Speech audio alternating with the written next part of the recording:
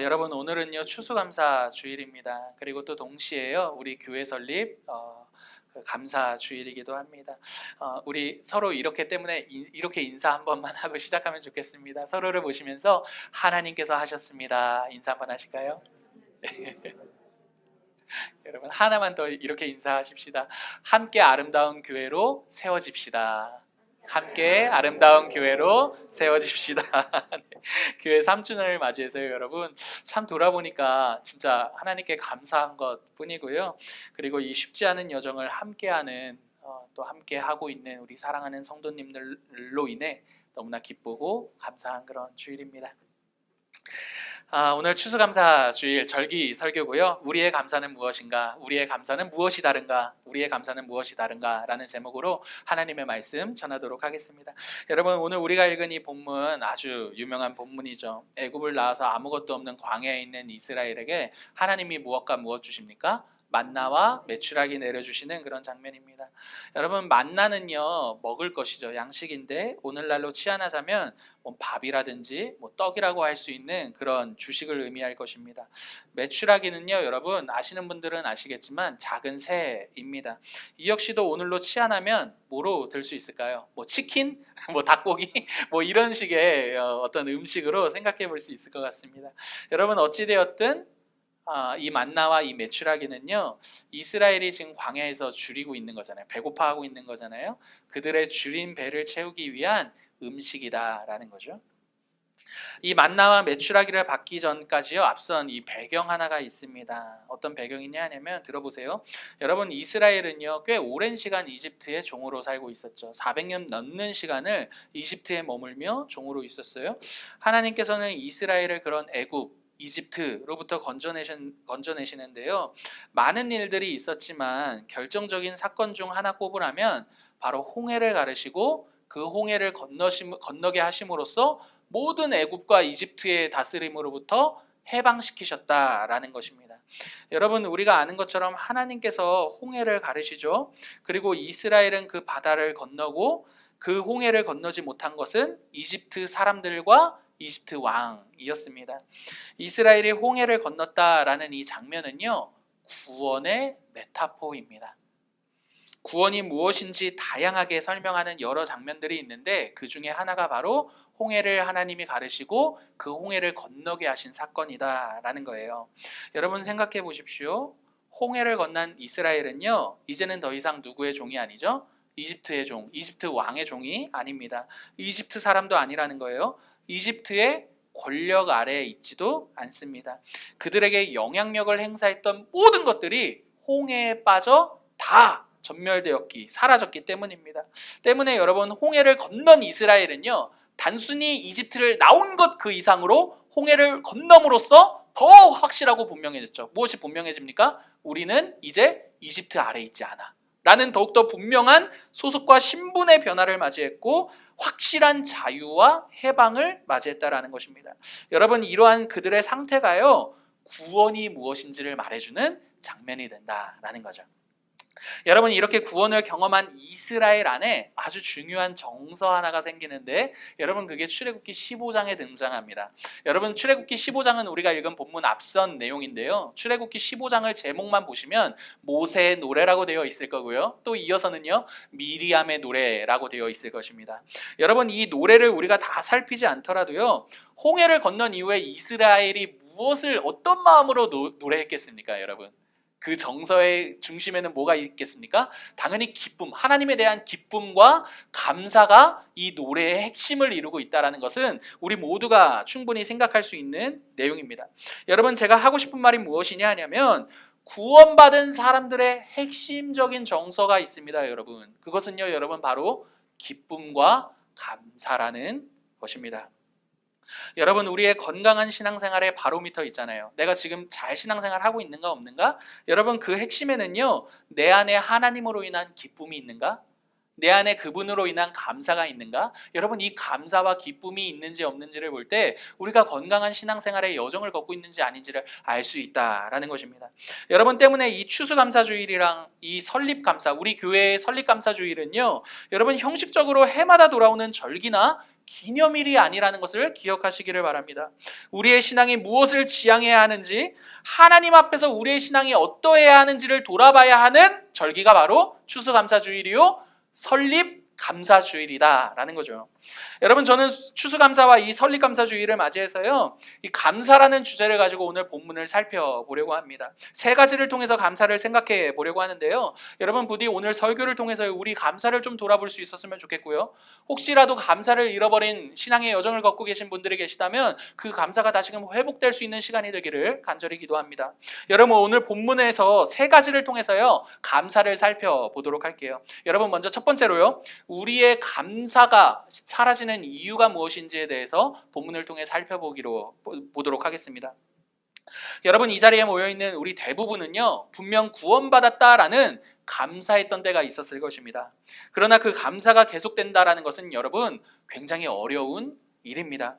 이스라엘도요, 여러분 생각해보면 홍해를 건너고 감사로 시작했습니다. 그죠? 그리고 이집트를 나왔을 때도 감사로 그들은 시작했습니다. 근데 그들의 감사가요, 오늘 본문을 보니까 금세 사라지고 있습니다. 이 과정을 통해서요, 여러분 왜 우리는 감사하지 못하는지 그걸 살펴보겠다라는 것입니다.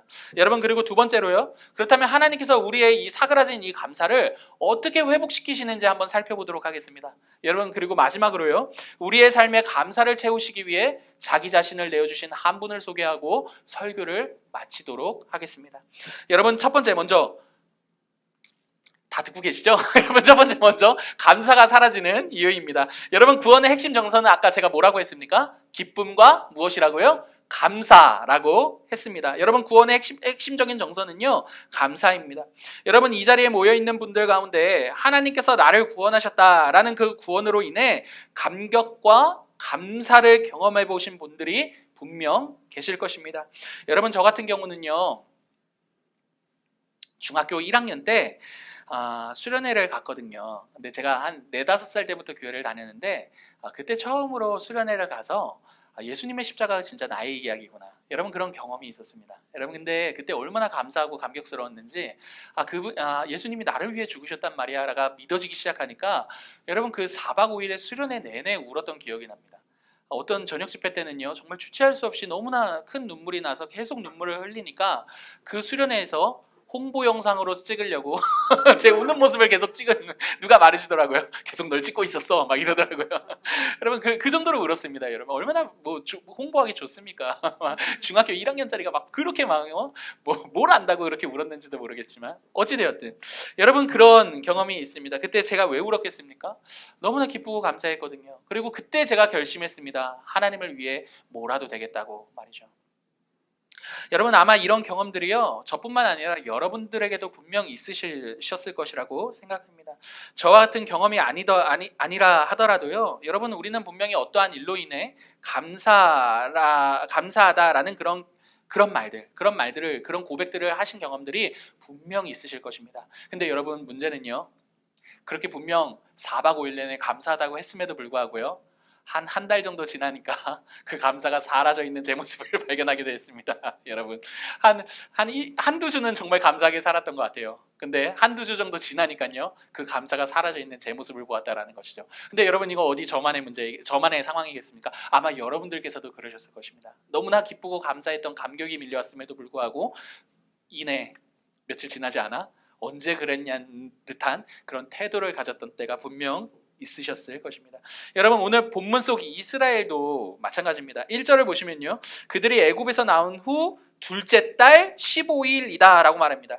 여러분, 이 날이 언제인지 확실하게 알지 못하더라도요, 한 가지 분명한 것은요, 홍해를 건너서 이 홍해 사건을 경험한 지 얼마 되지 않았다라는 것입니다. 1년이 지난 것도 아니었고요, 2년이 지난 것도 아니었습니다.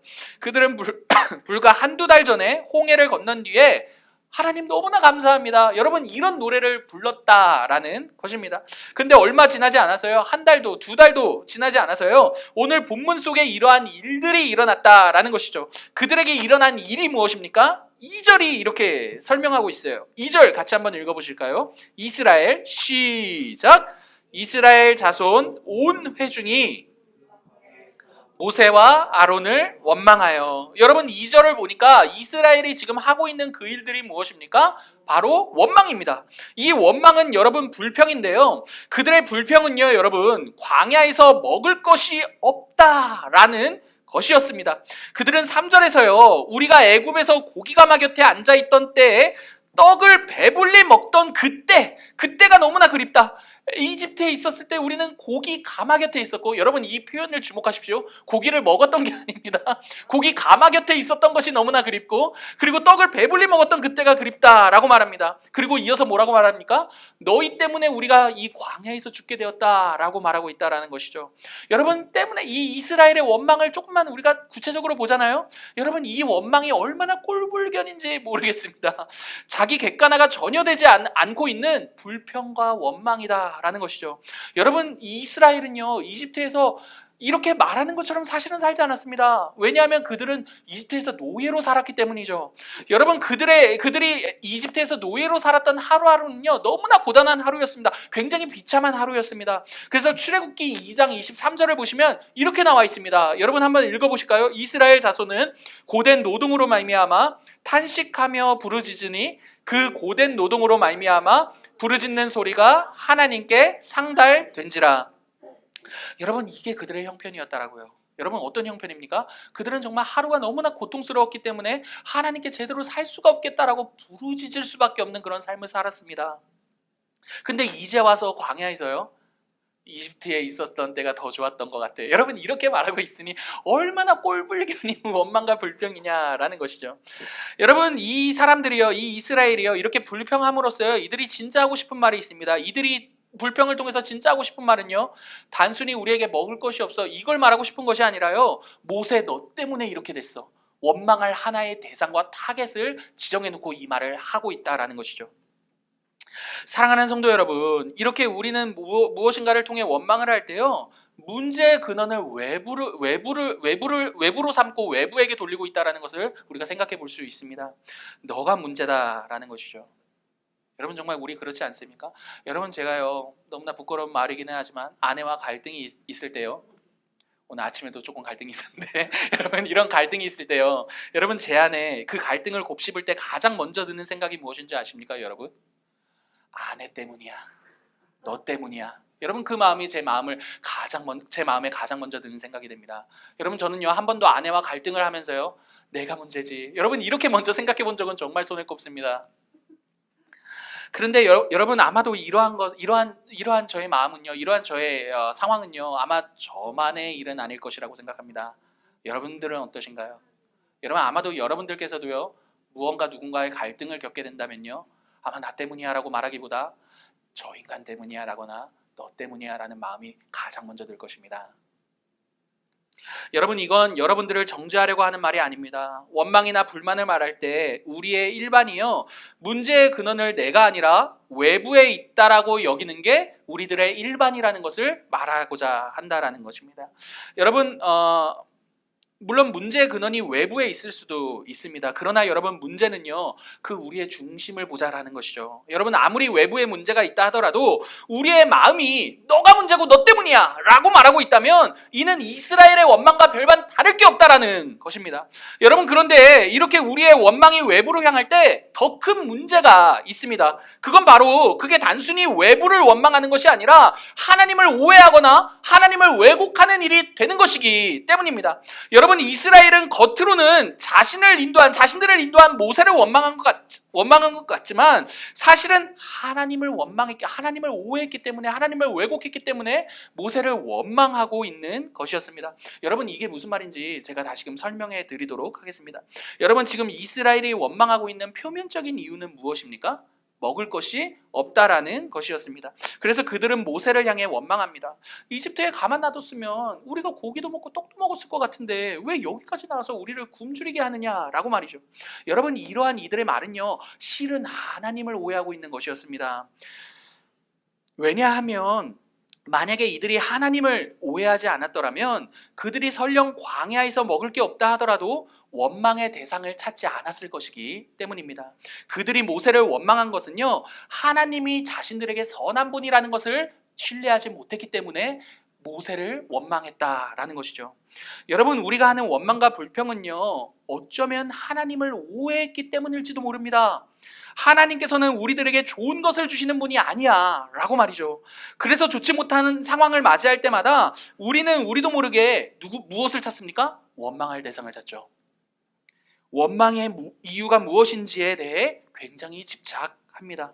선하신 하나님이, 우리에게 좋은 것을 주시는 하나님이 그 자리에서조차도, 그 자리가 설령 만족스럽지 못하더라도 거기에서 우리에게 선한 것을 주시기를 기뻐하시는 그 하나님이 우리에게 어떠한 일을 하실까, 거기에는 관심을 두지 않는다라는 것입니다. 여러분, 저는요, 우리 교회가 완전한 교회라고 생각하지 않습니다. 때문에 분명 부족한 게 많을 수밖에 없을 것입니다. 여러분, 점점 더 부족한 게 많이 보일지도 모르겠습니다. 그러나 적어도 여러분, 우리가 하나님을 오해하지 않잖아요. 그리고 그분이 우리에게 모든 좋은 것을 주시는 분이시라는 것을 신뢰하게 된다면 우리 교회의 부족함은요, 여러분, 원망의 대상이 아니라 도리어 이 부족함을 통해서도 우리에게 아름다운 일을 행하실 하나님의 선하신 과정이라고 생각하게 될 것입니다. 여러분, 이거는요, 직장에서도 마찬가지라는 것을 기억하십시오. 내 직장은 이런 게 부족해. 내 직장은 이런 게 문제야. 여러분, 이런 말보다도 중요한 것은요, 어쩌면 우리들에게 이러한 말보다도 중요한 것은요, 그런 직장의 부족함에서도 하나님께서는 나에게 선을 채우시는 분이시지, 하나님께서는 나에게 좋은 것을 주시는 분이시지, 여러분, 그것에 주목하는 것이라는 것입니다. 여러분, 이렇게 하나님에 대한 우리의 오해가 거치게 될 때요, 우리는 설령 만족스럽지 못한 직장에서도요, 원망의 대상을 찾아 그 대상을 집요하게 몰아세우는 것이 아니라 이렇게 생각할 수 있다는 거죠. 이 현실에서도 하나님께서는 나에게 어떠한 일을 이루실까? 여러분, 거기를 주목할 수 있다는 것입니다. 여러분, 우리가 만족스럽지 못한 상황에서 누군가를 원망하는 것은요, 하나님이 우리 인생에 얼마나 선하신 분이신지를 오해했기 때문입니다. 여러분, 이는 직장만이 아니라 우리의 가정에도 동일하게 적용됩니다. 여러분, 우리가 살다 보면 부모님의 부족함이 보일 수도 있을 것입니다. 우리의 자녀의 연약함이 보일 수도 있을 것입니다. 남편의 연약함, 아내의 연약함, 시댁의 부족함, 우리 친정의 부족함, 다양한 부족함들이 보일 수도 있을 것입니다. 여러분, 그 대상들을 향해서요, 그 부족해 보이는 대상들을 향해서요, 이게 문제야, 너가 문제야, 너 때문이야, 여러분, 그렇게 보는 것이 아니라요, 그렇게 문제로 보이는 그곳에서도 하나님께서는 나에게 선을 이루시는 분이야 라는 것이 확실하다면, 여러분, 우리는요, 네가 문제야, 여러분, 그 원망의 대상을 찾는 것으로부터 벗어날 수 있게 될 것입니다. 사랑하는 여러분, 기억하십시오. 신자인 우리가요, 어떠한 문제인 상황에 들어가서요, 네가 문제야, 여러분, 이런 식으로 누군가를 탓하고 원망해서 어떠한 문제를 벗어나려고 하는 시도들은요, 여러분, 너무나 미련한 일이라는 것을 기억하실 수 있었으면 좋겠습니다. 왜냐하면 그 원망은요, 단순히 누군가를 탓하고 끝나는 것이 아니라요, 계속해서 하나님을 오해하고 하나님을 왜곡하는 신앙의 길을 걷게 될 것이기 때문입니다. 여러분, 하나님을 이렇게 말하는 거죠. 원망하는 순간 그 잠재된 의식 안에는 이런 마음이 있는 것입니다. 하나님은 나에게 선하시지 않아. 그러니까 지금의 이 상황 속에서도 하나님이 하실 수 있는 건 아무것도 없어. 내가 할 수 있는 건 때문에 그 사람을 원망하는 거지. 여러분, 이렇게 원망하면서 이렇게 깊은 근저까지 생각하지는 않겠지만 그 원망함으로써 문제를 극복하려는 우리의 시도들이 바로 하나님의 선하심을 믿지 못한 결과라는 것을 기억할 수 있었으면 좋겠습니다. 여러분, 우리는 무엇을 기억해야 합니까? 설령 그 문제인 그 상황 속에서도 하나님은 여전히 나에게 선하시지, 때문에 그 부족한 상황 속에서도 하나님은 분명히 나에게 좋은 일을 이루실 거야. 여러분, 그럴 때 비로소 우리는요, 원망이 아닌 감사의 길을 걸어갈 수 있다라는 것입니다. 여러분, 두 번째 대지입니다. 그래서 하나님께서는요, 이러한 자신에 대한 오해를 해소하심으로써요, 우리의 감사를 회복하십니다. 그게 4절인데요. 4절을 같이 한번 읽어볼게요. 그때, 시작. 그때 여호와께서 보라, 내가 너희를 위하여 하늘에서 양식을 비같이 내리리니 백성이 나가서 일용할 것을 날마다 거둘 것이라. 이같이 하여 그들이 내 율법을 준행하나 아니하나 내가 시험하리라. 하나님께서요, 이스라엘에게 이제 배고파하는 이스라엘에게 이제 만나와 메추라기를 내려주시죠.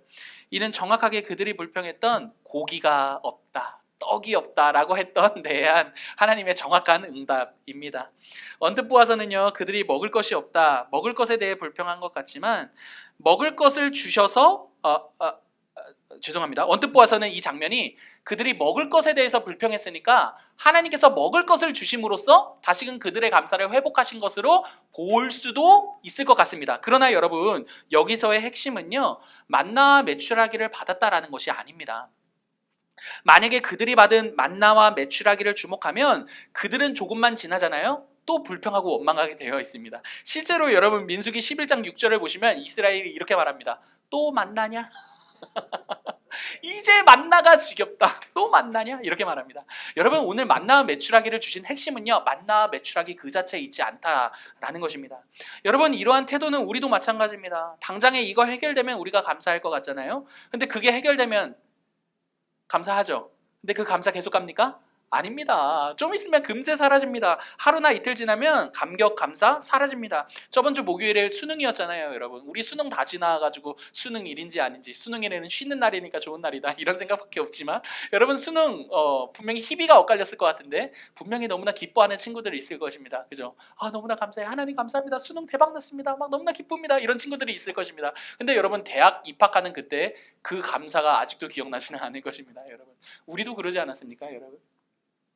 여러분, 하나님께서 만나와 메추라기를 주시는 핵심은요, 단순히 그들의 바람을 채워주심으로써 감사를 회복하게 하시려는 것이 아니었다라는 것입니다. 그보다 더 근원적인 내용을 다루시는데 바로 하나님에 대한 신뢰입니다. 여러분, 하나님에 대한 신뢰요. 그래서 4절을 보시면요, 만나와 메추라기를 주시면서 이렇게 말씀하세요. 그들이 내 율법을 준행하나 안 하나 내가 무엇할 거야? 시험할 거야 라고 말입니다. 여러분, 이 시험이라는 이 말은요, 내가 이놈들 한번 줘보고 잘하나 못하나 내가 한번 감시할 거야, 한번 두고 볼 거야, 여러분, 이런 의미가 아니라요, 만나 메추라기를 통해서요, 내가 너희들에게 어떠한 하나님인지 내가 알게 할 거야 라는 의미입니다. 그래서 여러분, 하나님께서요, 만나와 메추라기를 주시는 데 있어서 그냥 주시지 않아요. 이런 이야기를 하세요. 16절이에요. 16절 같이 한번 읽어보겠습니다. 여호와께서, 시작. 여호와께서 이같이 명령하시기를 너희 각 사람은 먹을 만큼만 이것을 거둘지니 곧 너희 사람 수요대로 한 사람의 한 오멜씩 거두되 각 사람이 그의 장막에 있는 자들을 위하여 거둘지니라 하셨느니라. 하나님께서 이스라엘에게 만나와 메추라기 주시면서 하시는 말씀이 있어요. 어떤 말씀이십니까? 그날에 필요한 만큼만 거두라 라는 것입니다. 그리고 추가로 안식일 전날에는요, 안식일 것까지 이틀치를 거두라고 가져가라고 말씀하십니다. 그리고 안식일에는 온전히 쉼을 누리라 라고 하시죠. 여러분, 이렇게 필요한 만큼만 가져가라고 말씀하시는 것은요, 하나님께서 너무 인색하신 거 아니야? 너무나 이렇게 선을 정해놓고 가져가라고 하시는 거 아니야? 여러분, 이러한 의미는 아닙니다. 실제로 본문은요, 그들이 거둔 것에 대해 그날 하루의 양으로서 전혀 부족함이 있다 없다? 없다라고 말하고 있기 때문입니다. 그러므로 여러분, 하나님께서 그날에 필요한 만큼만 가져가라 라고 말씀하신 것은요, 이러한 의미인 거죠. 매일매일의 삶을 돌보는 이가 누구다? 하나님이시다 라는 것을 말씀하시기 위함입니다. 하나님은 너희들에게 필요한 만큼만 가져가라고 말씀하심으로써 이렇게 말씀하시는 거죠. 오늘도 내일도 나는 너희를 동일하게 챙기는 너희의 하나님이야. 나는 너희의 필요를 꾸준하게 언제나 변함없이 항상 살필 거야 라고 말입니다. 여러분, 이 말은요, 우리의 본성을 거스르는 말이라는 것을 모두가 아실 거예요. 우리는 기본적으로요, 하루만큼에 만족하는 사람들이 기다 아니다? 아니기 때문입니다. 내일의 목까지 챙기고 싶어 하면서 오늘을 사는 게 우리입니다. 물 들어올 때 노를 져서요, 미래를 준비하는 게 우리의 인생이고 일반이다라는 것이죠. 여러분, 그럼에도 우리는 이스라엘을 보면서 이런 생각 한 번쯤 하시지 않습니까? 그 만나와 메추라기, 이 욕심꾸러기들, 그날에 맞는 양만 가져가지 그것도 못 믿어가지고 그렇게 쌓아놓고 있는 거야? 여러분, 이렇게 생각하실 수도, 이렇게 생각하기도 하지만 이스라엘 입장에서 오늘 내린 만나가 내일도 확실하게 내릴 것이란 보장이 없기 때문에 그들은 절대로 그날에 필요한 양만큼만 가져갈 수가 없었습니다. 근데 여러분, 이러한 이들의 태도는요, 우리와도 너무나 같다라는 거예요. 재밌는 상상 하나로요, 여러분, 하나님께서 매일같이 돈을 내려주시겠다라고 한번 생각해 보십시다. 오늘 우리의 인생이에요. 우리 불러다가 내가 매일에 너희에게 돈을 5,000원권가 죄송합니다. 10,000원권과 50,000원권을 내려주겠다. 하나는 만나고 저녁에는 10,000원권을 내려주고 아침에는 50,000원권을 내려주겠다라고 말씀하셨다라고 해보십시다. 그리고 하나님께서 이렇게 말씀하시는 거죠. 대신 그날에 딱 맞는 양만 가져가라 라고 말이죠. 뭐 각 사람마다 하루에 얼마를 쓰시는지 조금씩 다 다양하실 수는 있겠지만 여러분 그럼에도 불구하고 어찌되었든 막 돈이 막 내리고 있는데 그날 하루만큼만 가져갈 사람은 아무도 없을 것입니다. 여러분 일단 챙겨. 야 모르겠고 일단 챙겨. 여러분 다 그 돈에 대해서 이런 반응을 내지 않으시겠느냐라는 것이죠. 여러분 만나함의 추락기가 그랬던 것입니다. 여러분 그러니까 여러분 그 장면을 보시면서요, 아유 이스라엘 왜 이래? 여러분 이렇게 보실 게 아니다라는 것이에요. 우리의 본성을 거스르는 이야기였다라는 것입니다. 여러분 때문에 하나님께서 오늘 만나 매출하기를 통해서 그들에게 하시고자 하시는 그 일은요, 하나님이 자신들의 삶을 매일매일 같이 돌보시는 분이시다라는 것을 신뢰하게 하시기 위함이었다라는 것이죠. 그래서 만나를 그들에게 주시면서요, 하루에 필요한 만큼만 가져가라고 말씀하신 것입니다. 얘야 불안해하지 마. 불안해하지 마. 내일도 나는 너를 동일하게 돌보는 하나님이야. 오늘의 필요한 만큼으로 좋게. 왜냐면 너에게는 만나가 아니라 만나를 주는 누가 있잖아? 내가 있잖아 라고 말이죠. 사랑하는 여러분, 정리하면요, 하나님께서 이스라엘의 감사를 회복하시는 방법은요, 그들의 필요를 채우시는 정도가 아니라요, 그들의 필요를 채우시는 누구를 신뢰해라? 하나님을 신뢰하게 하시는 것이었습니다. 그러므로 여러분 감사의 핵심은 무엇입니까? 신뢰예요. 여러분 신뢰입니다.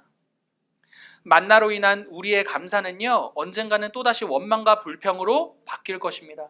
그러나 여러분, 만나를 주신 하나님을 보게 될 때요, 우리는 실망 속에서도 다시금 그분으로 인해 무엇을 향해 갑니까? 감사를 향해 갈 수 있게 될 것입니다. 우리의 매일매일을 돌보시는 하나님이 감사의 본질적인 이유가 되시기 때문입니다. 만나가 있을 때에도 없을 때에도 그분만이 우리의 감사가 이유가 된다라는 것이죠. 여러분 이렇게 우리의 감사가 우리가 받은 만나가 아니라 만나를 주신 하나님께 있을 때 우리는 두 가지 잘못된 감사로부터 해방될 수가 있습니다. 여러분 먼저 살펴볼 잘못된 감사 첫 번째는요, 율법적인 감사입니다. 율법적인 감사예요. 들어보세요. 여러분 율법적인 감사란 감사해야 복을 받는다라는 것입니다. 감사해야, 감사할 수 없는 상황에서도 감사해야 너의 신앙이 비로소 좋은 신앙이 될 수 있다라는 거예요.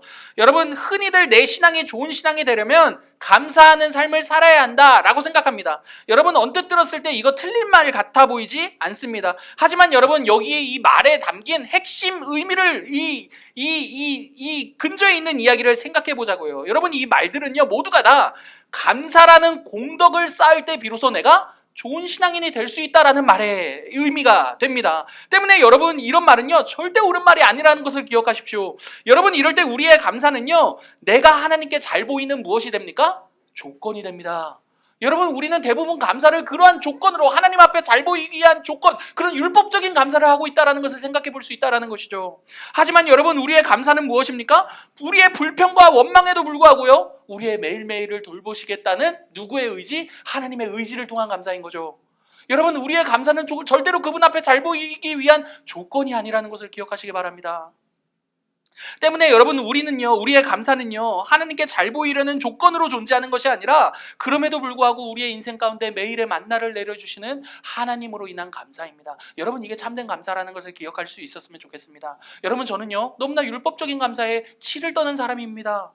그것 감사하면 여러분 율법적인 감사를 하게 되잖아요. 감사하는 나는 좋은 신앙인이고 감사하지 그런 상황에서 감사하지 못하는 너는 나쁜 신앙인이야. 여러분 이런 태도를 갖게 만들기 때문입니다. 여러분 그런 감사는 절대로 좋은 감사가 아닙니다. 여러분 우리 모두를 하나님의 넓은 품 안으로 초대하는 그 감사가 진짜 진정한 감사라는 것을 기억하시기를 바랍니다. 여러분 두 번째로 우리가 살펴볼 잘못된 감사는요 상대적인 감사입니다. 여러분 상대적인 감사란 누군가와 나를 비교해서 그나마 감사한 거리를 찾아내는 감사입니다. 저는 예전에 이러한 감사를요 꼬투리 감사라는 말로 들은 적이 있었는데요. 짜투리인가 꼬투리인가 아무튼 뭘 계속 하나 어떻게든 발굴해가지고 감사하라라는 것이죠.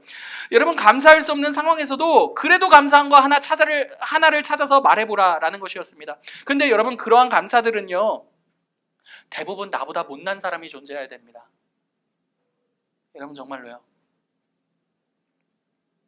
그래서 그거에 비해 나는 더 나으니 감사하다라고 말하게 됩니다. 그렇지 않습니까? 예를 들어 볼까요? 다리가 하나 없는 사람이 있습니다. 여러분 그 사람이요 다리 2개 있는 사람을 볼 때는요, 죄송합니다, 너무 잔인한 비유인 것 같은데 갑자기 하다 보니까 다리 하나인 사람에게는요 다리 2개인 사람을 보면 절대로 감사할 수가 없습니다. 그 사람이 감사하려면 무엇을 봐야 됩니까? 다리가 없는 사람을 봐야 되는 거죠. 또는요 다리가 아닌, 나는 다리가 비록 하나 없지만 저 사람보다 나는 이게 더 훌륭하고 더 가졌잖아.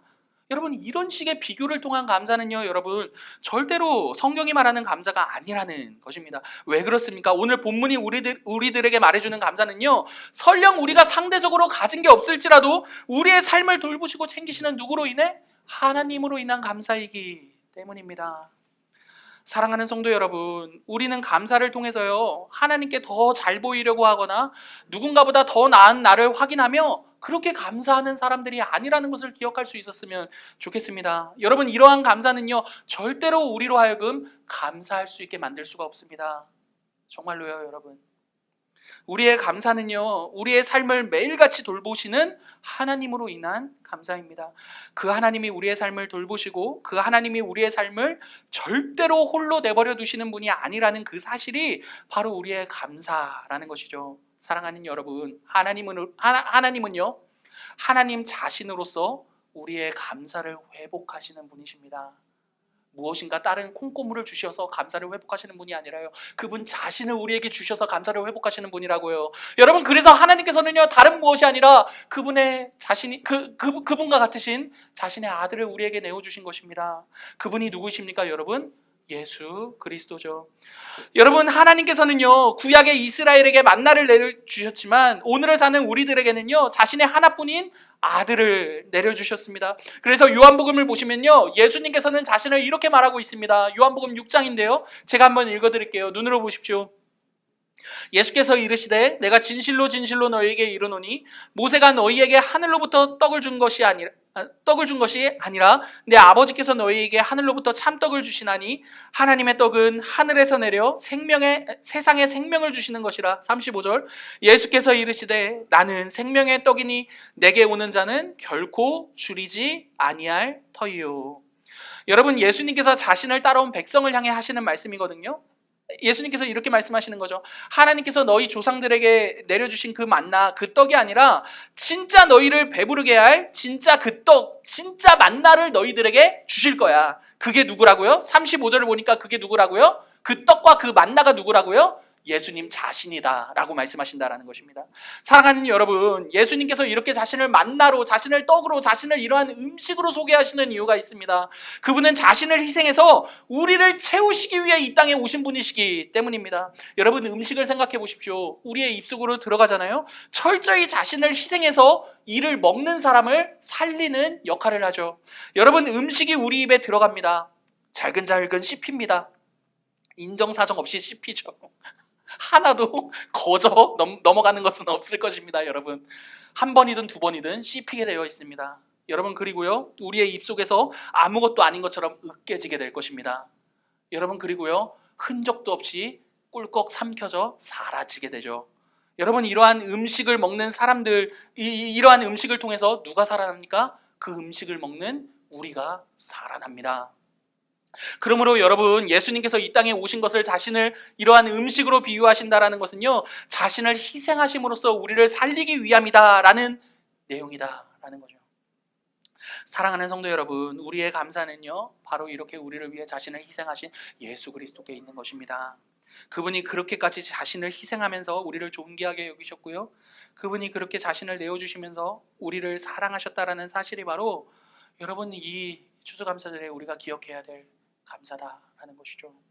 여러분 예수님은요 우리의 삶에 이러한 감사를 채우시기 위해 자신을 희생하셨습니다. 자신을 비우심으로써 우리에게 감사를 채우셨다라고요. 그러므로 사랑하는 성도 여러분, 이제 우리는 더 이상 하나님께 감사를 드려 복을 받는 존재도 아니고요, 누군가보다 더 나은 나를 확인해가며 감사하는 사람도 아닙니다. 여러분 이미 우리는요 하나님께 받아들여진 사람들입니다. 나를 위해 자신을 희생하신 예수님으로 인해 말이죠.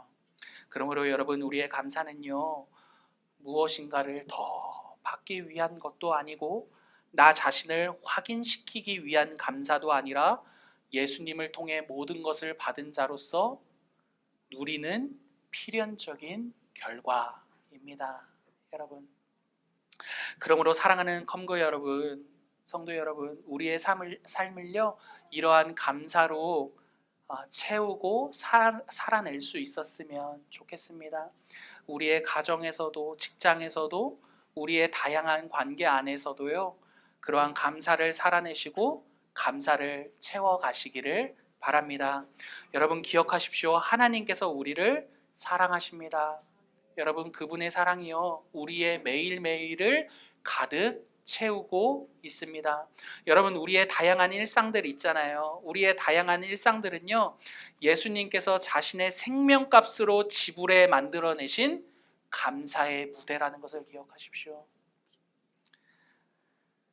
우리 함께 이 감사를 우리 각자의 삶에서 살아내시는 저와 여러분 되기를 간절히 기도합니다. 아멘. 여러분 이 시간 두 눈을 감고